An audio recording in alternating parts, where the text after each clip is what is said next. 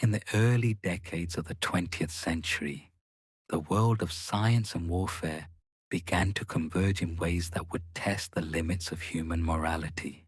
By the 1930s, Imperial Japan had become one of the most technologically ambitious nations on Earth. It saw medicine, chemistry, and biology not only as fields of healing, but as instruments of power. The roots of what would become Unit 731 lie in the aftermath of World War I. The Great War had shown every major power that poison gas, disease, and bacteriological weapons could decide battles as decisively as bullets. Japan's military observers studied Europe's use of chemical agents and quietly concluded that the next Great War would be fought not only with machines, but with microbes. In 1925, the Geneva Protocol formally banned biological and chemical warfare. Japan signed the agreement, but never ratified it. The Imperial Army's upper command saw the ban not as a moral warning, but as a strategic opportunity. Other nations might restrain themselves, but Japan would not. Behind the scenes, a small group of army doctors and scientists began to explore the possibilities of biological warfare.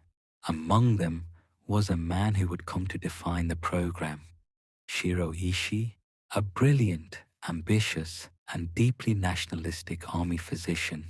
Born in 1892 in Chiba Prefecture, Ishii studied medicine at Kyoto Imperial University.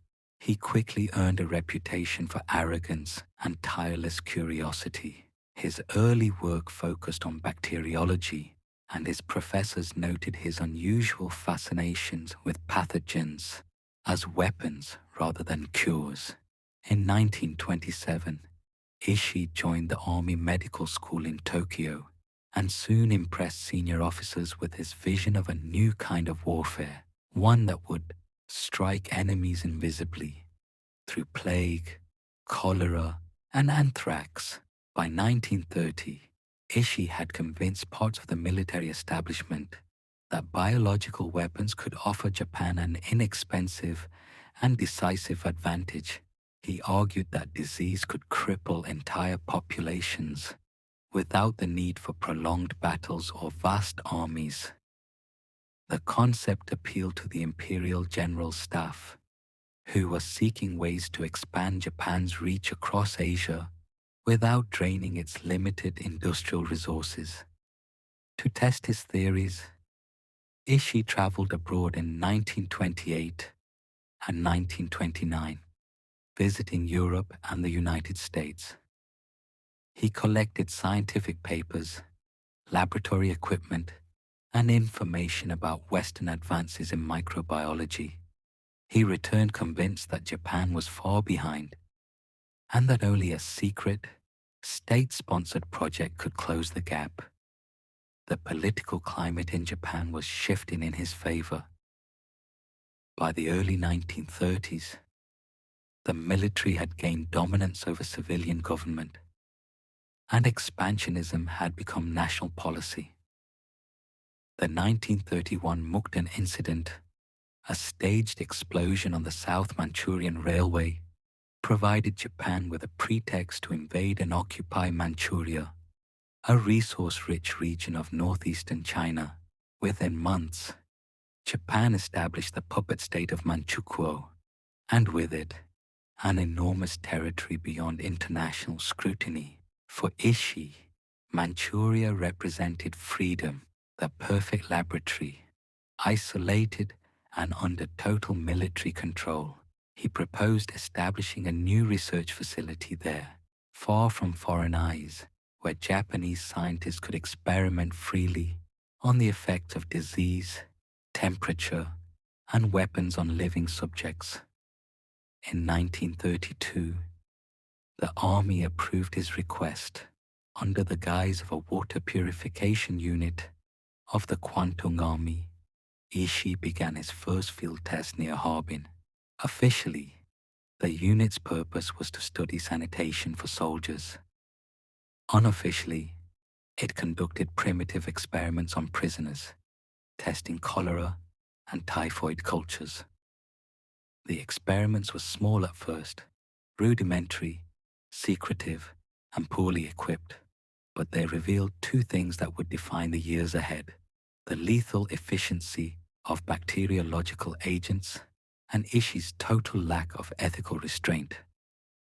By 1936, the Imperial Army formally reorganized the operation under a new name, Unit 731, officially the Epidemic Prevention and Water Purification Department of the Kwantung Army. It was headquartered in Pingfan, a remote district about 20 kilometers south of Harbin. Construction began that year on what would become the largest biological warfare research facility in the world. Pingfan covered more than 6 square kilometers, a self-contained military city hidden by forests and barbed wire. It included laboratories, animal houses, barracks, factories for producing biological agents, crematoria, and even an airfield for delivery tests. The entire complex was surrounded by electric fences and guarded by soldiers sworn to secrecy under penalty of death. Within this compound, Japanese doctors, microbiologists, chemists, and engineers worked together to weaponize disease.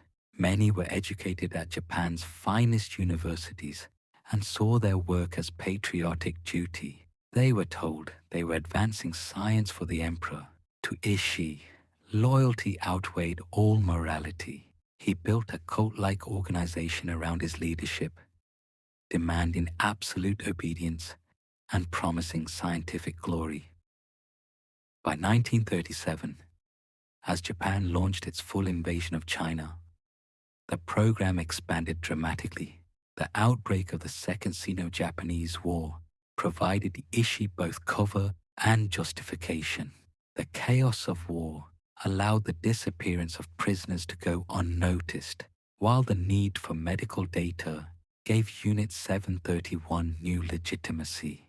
During 1938 to 1942, the laboratories perfected techniques for cultivating plague, anthrax, cholera, and typhus in mass quantities.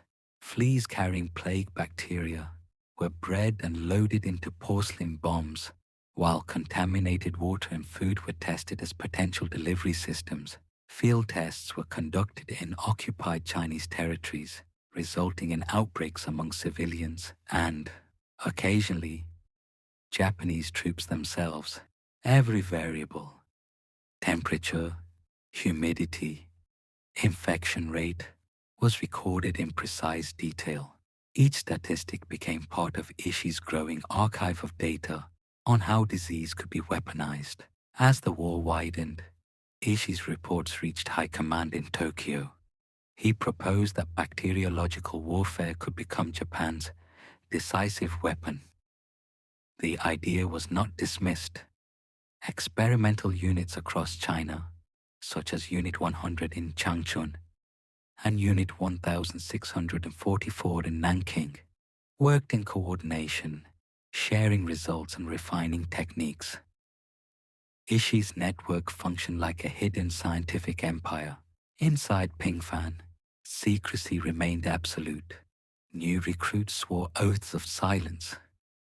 The compound had its own power plant, farms, and even entertainment halls. The outside world knew nothing of what took place behind its gates. By 1943, Japan's expansion had begun to falter. Shortages and defeats in the Pacific made large-scale deployment of biological weapons unlikely, but the research continued. Reports from the field showed mixed results. Disease spread unpredictably, sometimes infecting Japanese forces. Ishii adjusted his strategy, focusing on laboratory precision rather than battlefield use. He emphasized the potential long-term value of the data, believing that one day it would place Japan at the forefront of global science. In August 1945, The Soviet invasion of Manchuria sealed Unit 731's fate. Ishii ordered all evidence destroyed, documents burned, facilities dynamited, and surviving captives executed within days. Pingfan was a smoldering ruin. The empire that had sustained it collapsed soon after Japan's surrender. Soviet forces quickly discovered fragments of the site and captured some personnel. In 1949, at Khabarovsk, a military tribunal tried 12 former members of the unit. Their testimony revealed part of what had occurred: systematic human experimentation, deliberate disease releases, and the deaths of thousands. Several were sentenced to prison terms, but most senior figures, including Ishii, avoided trial.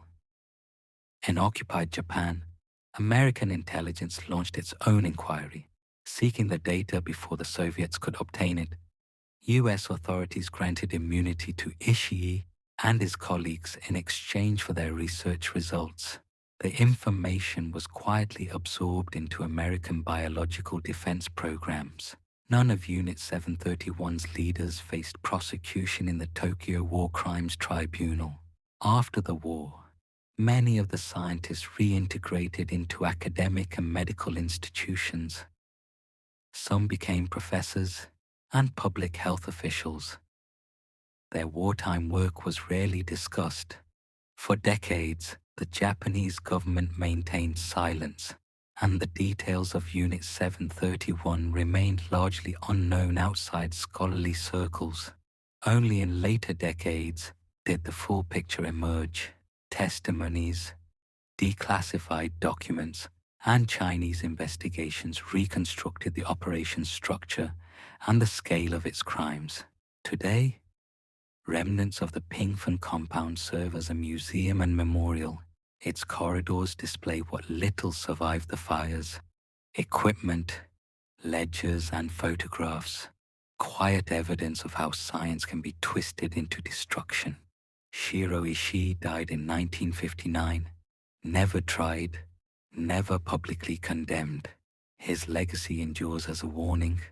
The story of Unit 731 is not merely a tale of wartime atrocity, but of the peril that arises when intellect is severed from ethics. It demonstrates that cruelty need not be chaotic. It can be organized, systematic, and justified under the language of progress. The laboratories of Pingfan remind humanity of its own fragility. Knowledge itself is neutral, but the hands that wield it determine whether it heals or harms. The ghosts of Unit 731 ask not for vengeance, but for remembrance, and for vigilance against the silence in which such darkness once thrived.